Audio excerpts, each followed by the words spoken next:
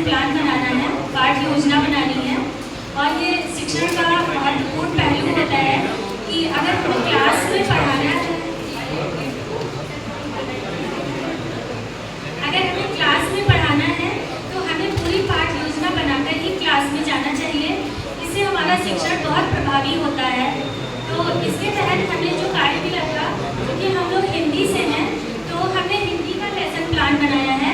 और आज के समय में जैसा कि CBSE का पाठ्यक्रम है, तो और आजकल का माहौल देखते हुए कि हिंदी इंग्लिश को ज़्यादा महत्व दिया जा रहा है।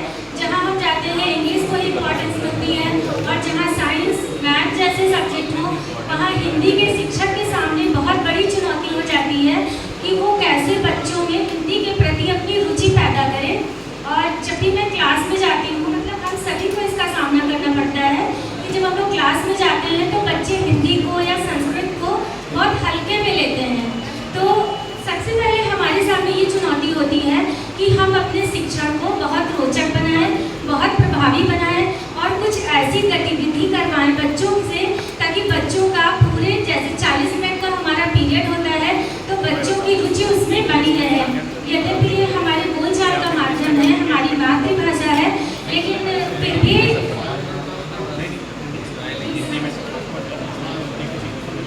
हमारे ग्रुप का नाम है भाषा संवर्धक समूह, मातृभाषा संवर्धक समूह। और हम जब भी लेसन प्लान बनाते हैं तो सबसे पहले हमारा उद्देश्य होता है, जब हम क्लास में जाते हैं तो जैसे हम लोग हिंदी के हैं तो हमारा सामान्य उद्देश्य है कि विद्यार्थियों में हिंदी भाषा और व्याकरण के प्रति रुचि बढ़ाना।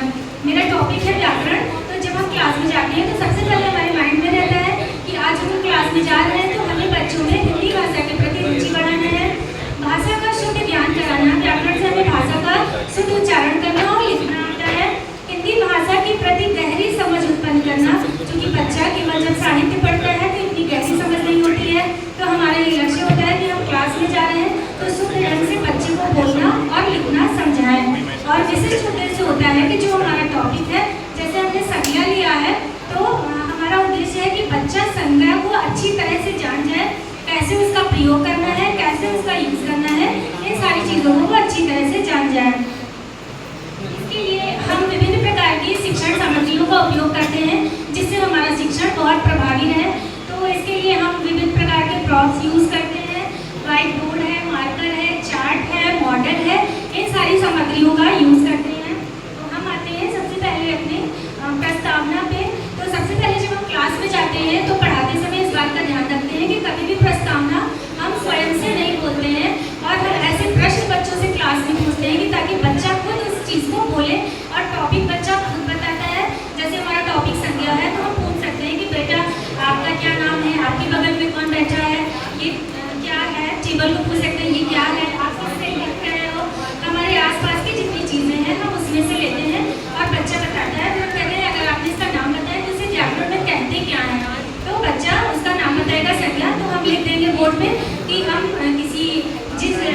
किसी भी चीज़ का जो नाम होता है उसे हम संज्ञा कहेंगे। तो हमारा प्रस्तावना बिंदु निकल आता है। उसके बाद हम उसको डिटेल में बताएंगे कि संज्ञा होती क्या है।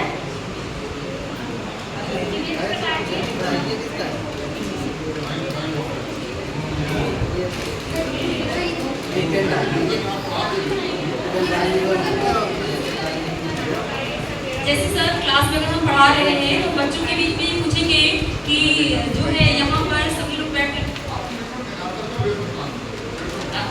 जी सर, जैसे कि हमारा जो जैसे मैम ने बताया प्रस्तावना हमको निकालना है। प्रस्तावना में हम क्या करते हैं कि बच्चों को पूर्व ज्ञान से प्रश्न करके उनको नए ज्ञान से हम जोड़ते हैं और जो है हमारा शीर्षक निकल आता है। और उन्हीं के बीच में सबसे व्याकरण पढ़ाने की सबसे अच्छी विधि होती है आत्मिक विधि, जहाँ पर उदाहरण के माध्यम से फिर हम परिभाषा पर आते हैं। बच्चों को रटाते नहीं हैं, बच्चों से ही उदाहरण लेके और उसी उदाहरण से ही हम एक स्ट्रक्चर तैयार करके परिभाषा का निर्माण कर देते हैं, और जिससे बच्चों को आसानी से समझ में आ जाता है। और उसके बाद पे उससे रिलेटेड हम उनको गृह कार्य देते हैं कि अपने आसपास के जो मतलब जो व्यक्ति हैं उनके नाम लीजिए, और जो वस्तुएं हैं आपके घर में उनके समाज पास ले लीजिए। ऐसे करके फिर हम जो है परिभाषा संज्ञा का तैयार करेंगे।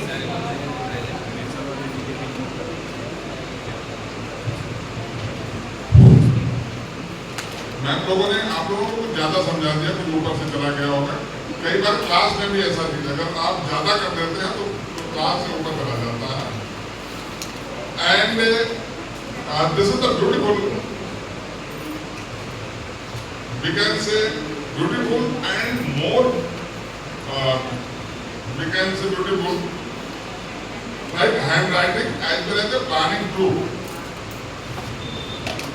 जैसे संज्ञा मैम का उद्देश्य क्या है? संज्ञा बनाना। नाउन इनका सामान्य उद्देश्य लिखा है विद्यार्थियों में हिंदी भाषा और व्याकरण के प्रति रुचि बढ़ाना। दूसरा इन्होंने बहुत अच्छा दिया है भाषा का शुद्ध ज्ञान का। थर्ड है हिंदी भाषा के प्रति गहरी समझ उत्पन्न करना। विशिष्ट उद्देश्य जो आपका कैरिकुलर गोल है, स्पेसिफिक गोल है, विद्यार्थी संज्ञा शब्द को समझेंगे एवं व्यवहारिक जीवन में उसका सही प्रयोग करना चाहिए। लर्निंग आउटकम है, वो सीख रहा है संज्ञा क्या है, लेकिन उसका व्यवहारिक जीवन में क्या यूज करेंगे। ठीक है, शिक्षण सामग्री white board, marker, chart, model. अच्छा, फिर मैं प्रस्तावना प्रश्न पूछकर, चित्र दिखाकर, मॉडल दिखाकर शिक्षक पर लाना। उसके लिए बहुत ही सुंदर चार्ट, बहुत ही अच्छा टीएलएम बनाया है। इन वाले टीचर्स के लिए एक बार जोरदार तालियां। मार्कर तो मत रखिए, चॉकलेट को। और एक साथ मांग रहे थे मुझसे चॉकलेट। अच्छा ओके। अच्छा, फिर उसके बाद जो इम्पोर्टेंट थिंग है दैट इज द प्रस्तुतिकरण और उदाहरण, साथ में गृह कार्य। अगेन थोड़ा सा जो आप लोग थोड़ा सा मिसिंग कर रहे हैं, वो मिसिंग पार्ट इसके अंदर यही है कि आपके प्लानिंग में ये नहीं कहीं ना क्लियर हो रहा है कि बच्चे के समझ में आ रहा है या नहीं आ रहा। आपने इतना पहले बता दिया, लेकिन फिर उसके बाद तो 35 मिनट का ही पीरियड है, राइट? अच्छा, दूसरी बात नहीं, कोई बात नहीं, थोड़ा लंबी नहीं, ज्यादा। एक बात और है, मैं मैम की एक बात से सहमत नहीं हूँ। वो अक्सर मैम ने जो पहले बात कही वो मैम को ऑर्डिनरी टीचर बना दी, लेकिन जो उसका सलूशन इन्होंने बताया वो मैम को एक्स्ट्रा ऑर्डिनरी बना दिया। मैम ने कहा इंग्लिश मीडियम स्कूल में हिंदी की कोई वैल्यू नहीं है। जो अपनी वैल्यू कराएगा उसकी वैल्यू है, और जो वैल्यू नहीं करा पाएगा, याद कीजिए सोने का डायलॉग, अब तेरा क्या होगा कालिया। अगर ये अंग्रेजी में बोला जाता बहुत वैल्यू है तो mister Kaliya what happened to you, film flop हो गई। बच्चे कुछ नहीं, अगर टीचर उसको हल्के में ले ले, ये मेरा हिंदी टीचर से अनुरोध है कि वो अपने आप को कम ना आके। कल मैंने बताया था ना कि हाँ नहीं, मैं आपको बताऊँ, आप बोलिए ना, दुख मत बताइए। लैंग्वेज टीचर आपके आजकल साइंस, मैथ और सोशल साइंस आपके स्किल सब्जेक्ट से रिप्लेस होती है, लैंग्वेज रिप्लेस नहीं होती। ठीक है, अगर अंग्रेजी की इतनी ही वैल्यू है इंग्लिश मीडियम स्कूल में, तो ना वो बच्चा अच्छी अंग्रेजी बोल पा रहा है और ना अच्छी अंग्रेजी लिख पा रहा है।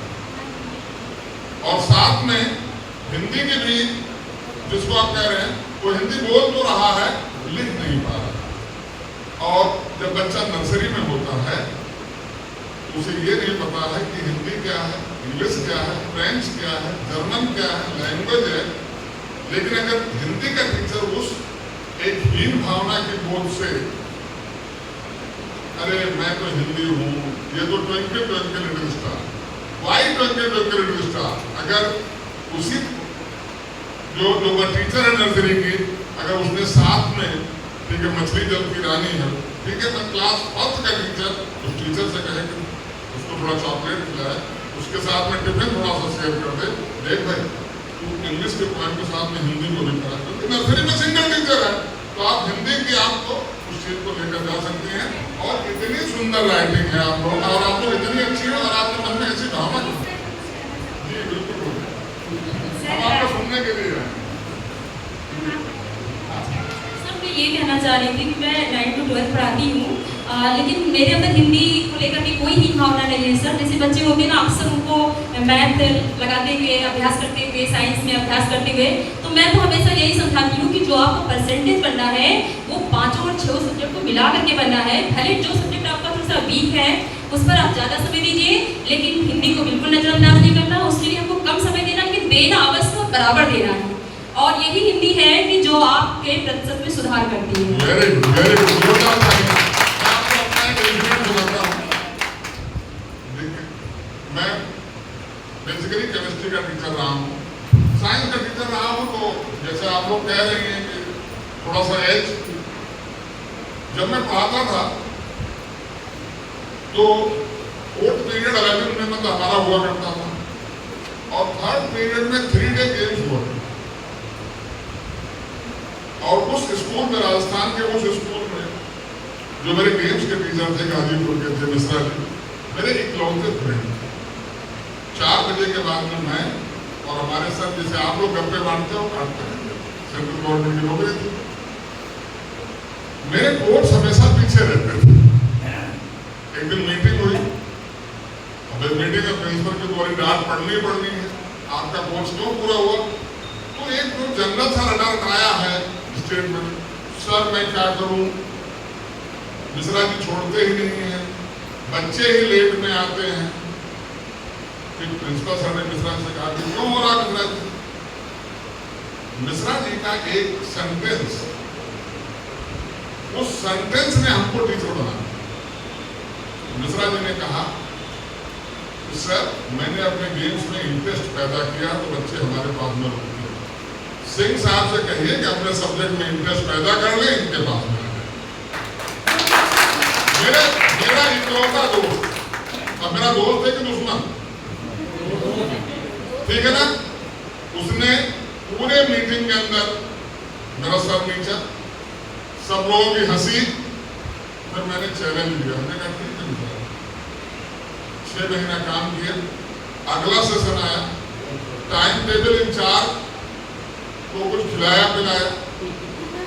हमने कहा भाई ऐसा कर कि अब इस वाले पीरियड को थोड़ा सा शिफ्ट दो, पहले मेरा पीरियड रखो, फिर बाद में। और हमने मिश्रा जी से कहा, मिश्रा जी जैसे डर लगती है वैसे आप मेरे क्लास के बाहर आ जाए। और वही बच्चे कहने लगे, सर एक न्यूमेरिकल और करवा दीजिए, ये तो स्पोर्ट्स में। तो ये हिंदी, इंग्लिश, मैथ, साइंस की इंपॉर्टेंस नहीं है, ये व्यक्ति की इंपॉर्टेंस है। टीचर ग्रेट होता है, आप ग्रेट हैं और आप ठीक करते रहिए। सर मुझे नहीं लगता है कि हिंदी बोरिंग सब्जेक्ट है, क्योंकि मैं बहुत ही रोचक तरीके से बच्चों को हिंदी पढ़ाती हूँ, और बच्चे मेरी हिंदी के बैल का, सर बच्चे मेरी हिंदी के बैल का इंतजार करते हैं। जिस दिन मैं एब्सेंट हो जाती हूँ, बच्चे दूसरे दिन जरूर पूछते हैं। सर मैं ये कहना चाहती हूँ कि मैंने जो कहा शायद वो भाव आप तक नहीं पहुँचा, या फिर मैं पहुँचा नहीं पाई, लेकिन नहीं सर, मेरे कहने का मतलब ये नहीं था, इसमें दुख की कोई बात नहीं थी, लेकिन वर्तमान स्थिति मैंने आपके सामने बताई थी। और अगर ऐसा नहीं है तो अपने देश में हिंदी दिवस होता है, इंग्लिश दिवस क्यों नहीं होता है? इसलिए देखिए, फादर डे भी नहीं मनाते, मदर डे मनाते हैं। फादर डे वैसे ही ये तो आर्ची जो आपने कर दिया है, ठीक है, वैसे ही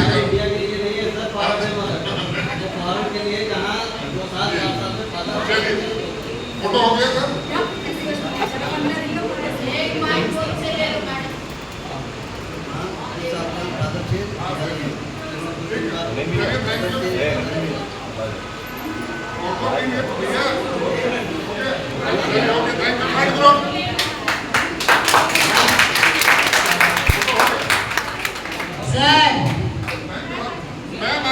ऐड ऑन करना चाहते थे। अरे आप लोग इस तरफ नहीं आएंगे, उसी तरफ रहेंगे, तो सर पीछे दिखाई नहीं दे। सर आप इधर आ जाए। नहीं, मैं आप जहाँ नहीं, मैं आपकी हिंदी वाली वो जो प्रॉब्लम है उससे मैं सहमत हूँ। बच्चों को सर का आंसर समझ में आ गया ना। बच्चों के अंदर ये है कि इंग्लिश और हिंदी आसान है तो हो ही जाएगा, यही चीज आप कहना चाह रहे ना। हाँ, उनके अंदर ये है कि अरे हिंदी इंग्लिश तो हो जाएगा, वो तो हमें आता ही है, तो they don't give importance due importance to English and Hindi. तो अब जो न्यू एजुकेशन पॉलिसी के हिसाब से जब ये मैथ्स और साइंस समझने वाले भी जीरो हो गए तो धीरे धीरे चेंज आएगा, ये एटीट्यूड बदलेगा, बिकॉज बेस हिंदी और इंग्लिश का ही है। एग्जाम देने के लिए उनको अंग्रेजी और हिंदी आनी जरूरी है, पर ये ग्रेजुअल होगा, ये एक बार में नहीं आएगा, क्योंकि बहुत साल हो चुके हैं गड़बड़ होते हुए। यही आप कहना चाहते ना, है ना? नहीं, किसी ने तो नहीं, मतलब आप समझ रहे हैं, वो है ही हम लोगों का माइंडसेट ऐसा है, हमने बनाया, समाज ने बनाया है कि अरे ठीक है वो इजी सब्जेक्ट है, वो जो है, लेकिन सब्जेक्ट इजी है या कठिन है ये इंडिविजुअल की पर्सनालिटी पे है। ये धीरे धीरे बदलाव आएगा। एनईपी में बहुत चेंजेस हुए हैं, जिसमें इंपॉर्टेंस सिंगल सब्जेक्ट या साइंसों की खत्म हो गई। जब मर्ज हो गए सब्जेक्ट सिलेक्शन और फ्लेक्सिबिलिटी स्किल्स पे आ रही है, तो मैथ्स और साइंस को भी ड्यू इम्पोर्टेंस बच्चे नहीं देंगे। धीरे धीरे बदलाव आ रहा है, तो प्रेशर है समाज का, मम्मी पापा का, फ्रेंड्स का, पड़ोसी का, उसकी वजह से ही आपका साथ। और मैम हिंदी का पावर ये है, पावर ऑफ हिंदी, गूगल को हिंदी के अंदर लाना पड़ा। एक वर्जन है, व्हाट्सएप का वर्जन है हिंदी में, तो मतलब जब सारे के सारे विदेशी वाले हिंदी में आ रहे हैं तो हिंदी कहाँ पर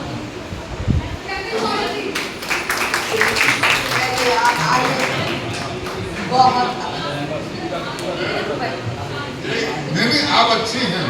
नहीं, रुचिकर बनाना है, ये सबको बनाना, बना लेते हैं, लेकिन साइंस और मैथ्स वाले रुचिकर नहीं भी बनाए तो उनको ज्यादा इम्पोर्टेंस दी जाती है, मजबूरी में भी पढ़ते, ट्यूशन भी उसी का जाता है, ऐसा ही है। लो पकड़िए, आप आइए सेंटर पे।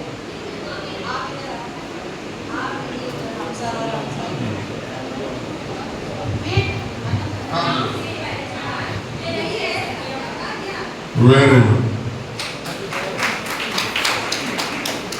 अब मैं अलर्ट हो गई क्योंकि सीनियर वाले आने वाले हैं ना। सीनियर वालों का लेसन प्लान आ रहा है, इसलिए मैं अलर्ट हो गई। आ जाइए। हाँ बिल्कुल यहीं से कीजिए। आप भी जाना मेरे को आ रहा है। नहीं, वो तो मैं इम्पोर्टेंट काम कर रही थी।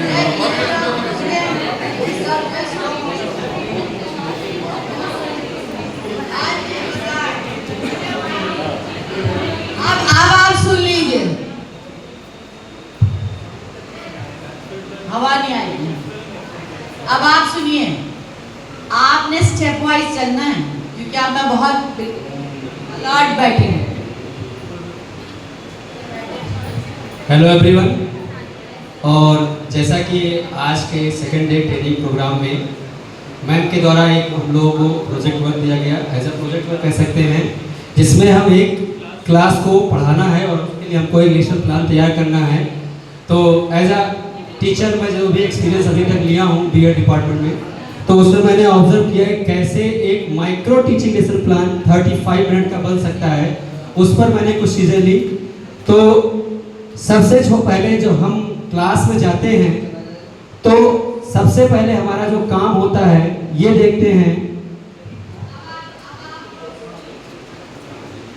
हमको क्या करना चाहिए, हम क्या कर सकते हैं, ये शब्दों का इस्तेमाल ना करें। आ रही बात समझ में? हमने क्या यहाँ प्लान किया है, हम आज ये टॉपिक लिया है, हमारा ये हमारी ग्रुप ने बोलना है, क्या करना चाहिए सबको आता है। ठीक, टॉप लेसन प्लान के स्टेप्स मैंने पहले बोले थे। लेसन प्लान का स्टेप नंबर 1 बताएं। पहला हमारा स्टेप है जनरल ऑब्जेक्टिव्स, जिसमें हम बच्चों में मैथ्स क्या है, जनरल ऑब्जेक्टिव्स क्या लिखे हैं वो पढ़िए सिर्फ। I want to know the language you write, because you know what is the step, what are learning objectives, but according to that topic what you have written there you have to read that. So your first is your topic. सुन लीजिए, सब लोग correction कर ले जिसने नहीं किया है। In lesson plan the first thing is your topic. सबसे पहले क्या लिखते हैं आप? हेलो, सबसे पहले क्या लिखते हैं? उसके बाद लिखते हैं time, because you have to complete it within a given time. 1 period, 2 period, 3 period, कितने पीरियड में वो टॉपिक खत्म होगा, तो you have to write time. 2 चीज हो गया, first is topic, second is your time, third comes your general objectives. पढ़े आप क्या लिखा है। तो टॉपिक इनका है टाइप्स ऑफ ट्रायंगल्स। समय आप कहाँ लिखे? 35 मिनट्स में ये टाइप्स ऑफ ट्रायंगल समझाएंगे। ओके, यहाँ तक सही है। चलिए, जर्नल ऑब्जेक्टिव हमारा है develop high level mental abilities like reasoning, thinking and developing the scientific temper in students. And third is introducing the students to maths knowledge in daily life. ये सब गलत है। और बताएं, जब ये सब गलत है, because your focus is triangles. Whatever journal objectives you will write, it will be related to the topic. सुन लीजिए, जिन्होंने इससे पहले कर लिया और मैंने नहीं सुना, वो लोग भी अपना चेंज कर ले अगर गलती है तो। जर्नल ऑब्जेक्टिव का मतलब है आप हर टॉपिक का उद्देश्य अलग बना रहे हैं।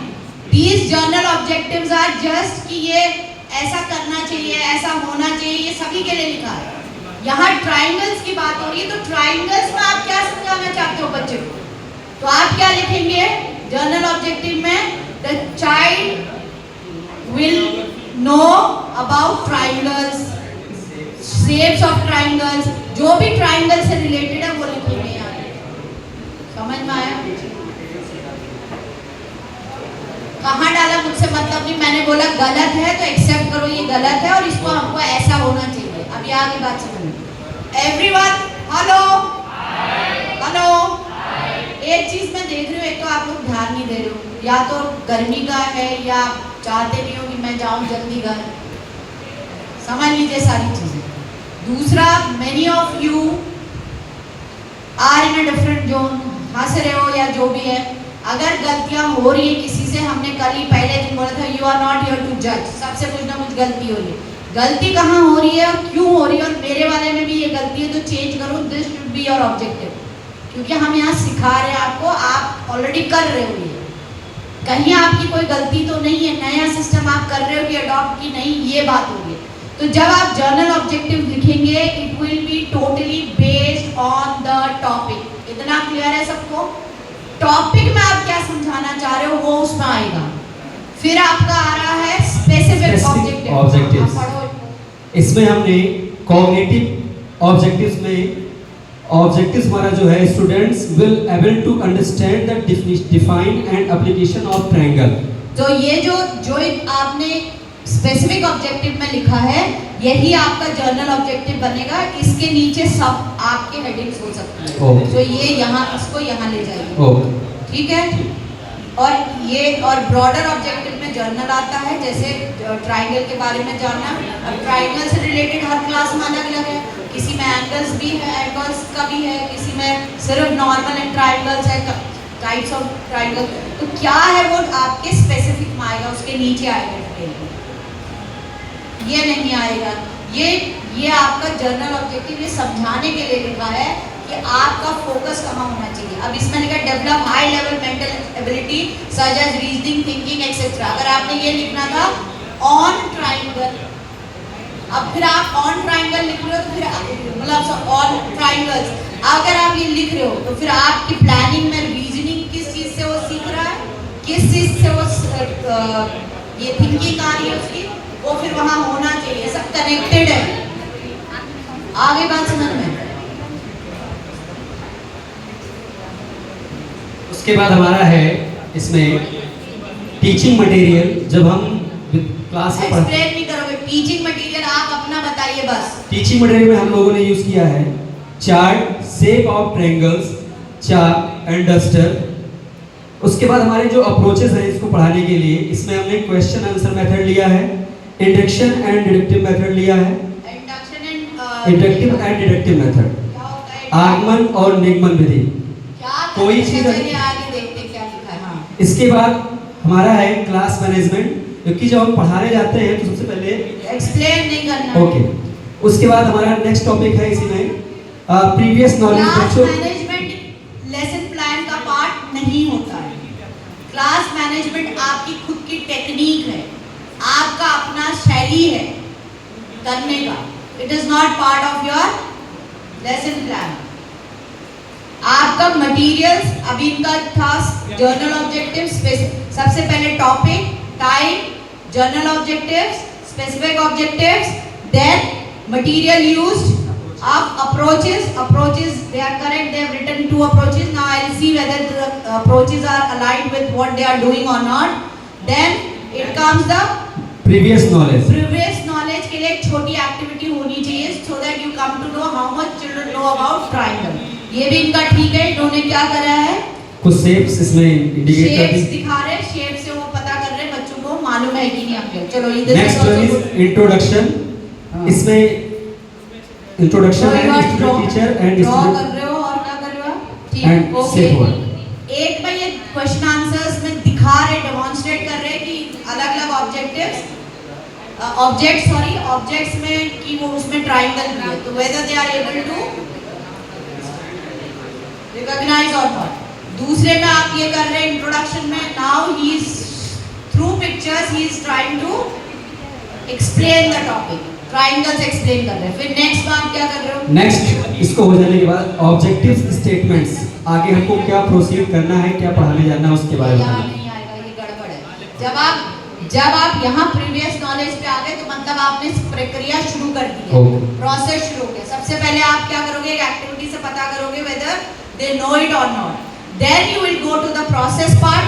प्रोसेस में this is okay, then for introduction again you are using some chart papers, videos or some other objects so that they come to know what is triangle, definition तक आ गया।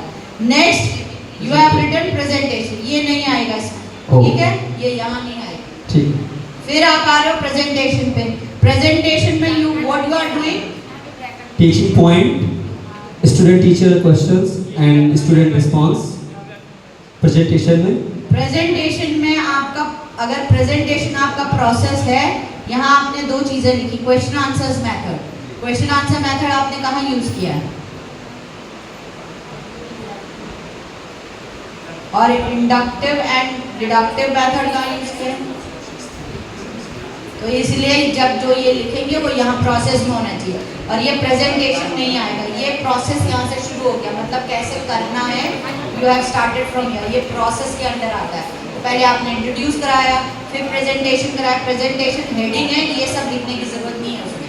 प्रेजेंटेशन में क्या कर रहे हो आप, फिर से चार्ट पेपर दिखा रहे हो आपने ना, there are some triangles drawn, again you are showing charts, फिर उनके ऊपर क्वेश्चन पूछ रहे हो, ठीक। फिर यहाँ पे क्या कर रहे हो, ये आप क्वेश्चन आंसर्स दे रहे हो बच्चों को, so that you come to know whether they have learned or not. But again there should be multiple ways, जिस तरह से यहाँ दिखा के और वो करें, इसी तरह ये मल्टीपल वेज होने चाहिए। आगे बात समझे, ये पूरा प्रोसेस का हिस्सा है। और फिर उसके बाद आप होमवर्क दे रहे हो। नेक्स्ट हमारा ब्लैक बोर्ड वर्क है, ठीक है, वो आप ये प्रोसेस में आएगा कि हाँ। पहले दिखाएंगे, फिर बच्चों से क्वेश्चन आंसर कराएंगे, फिर उनको ब्लैक बोर्ड पे भी कराएंगे। उसके बाद हमारा आएगा ऑब्जर्वेशन, बच्चे अपना वर्क कर रहे हैं, वर्क कर रहे हैं या नहीं कर रहे हैं। उसके बाद लास्ट में हमारा आएगा हॉलीडे होमवर्क, जो आपका होमवर्क रहेगा उसका। होमवर्क किस क्लास तक देना चाहिए, होमवर्क किस क्लास तक देने के लिए कहा है सीबीएसई?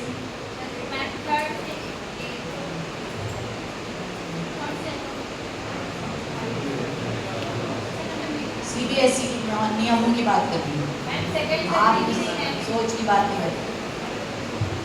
आप फिर से सर्कुलर्स पढ़ें, होमवर्क डायरेक्ट नहीं देना है बच्चों को, अल्टरनेटिव टू होमवर्क देना है, कुछ प्रोजेक्ट के फॉर्म में, कुछ इंक्वायरी के फॉर्म में। आप जो लिखने वाला काम बहुत सारे देते, कल एक क्वेश्चन किसी ने पूछा था, बच्चे कहते हैं हमें होमवर्क मिलता है, पीडीएफ शेयर करते हैं teacher. So this is wrong. You cannot give anything in writing till class 7th और 8th तक। आपको होमवर्क की जगह अल्टरनेटिव टू होमवर्क है। 5th क्लास आपको थर्ड क्लास तक नो होमवर्क है, थर्ड ऑनवर्ड्स जो है आपको अल्टरनेटिव टू होमवर्क है क्लास 8 तक। मतलब होमवर्क की जगह कोई चीज़ और देनी, राइटिंग स्किल्स भी फोकस नहीं होना चाहिए, काम कंप्लीट कराना फोकस नहीं होना चाहिए, कुछ और देना उनको जिसमें उनकी क्यूरियोसिटी डेवलप हो, वो साइंटिफिक जो है क्रिएटिविटी और एनालिसिस की बात हो रही है वो होना चाहिए। सबको समझ में आ रहा है? अब जैसे ये होमवर्क में ये दे सकते हैं, Find the shape of like triangles around your locality. Find the shape of triangles in your daily uses. अब ये Suggestions. क्या दिया इन्होंने डेफिनेशन राइट एंगल की लिखने को नहीं दी, ना कोई एरिया निकालने को दिया। इन्होंने क्या दिया है कि आप अपने आसपास ट्रायंगल्स के नाम लिख के लाइए जो जो आपके घर में दिखते हैं। इट्स इजी, दिमाग नहीं लगाना है, बच्चा अप्लाई करेगा दिमाग की कहाँ कहाँ दिख रहा है मुझे। ट्रायंगल सिर्फ कॉपी या किताब में नहीं हो सकता है या मेजरमेंट से नहीं हो सकता है, but there are shapes around me which can be triangles।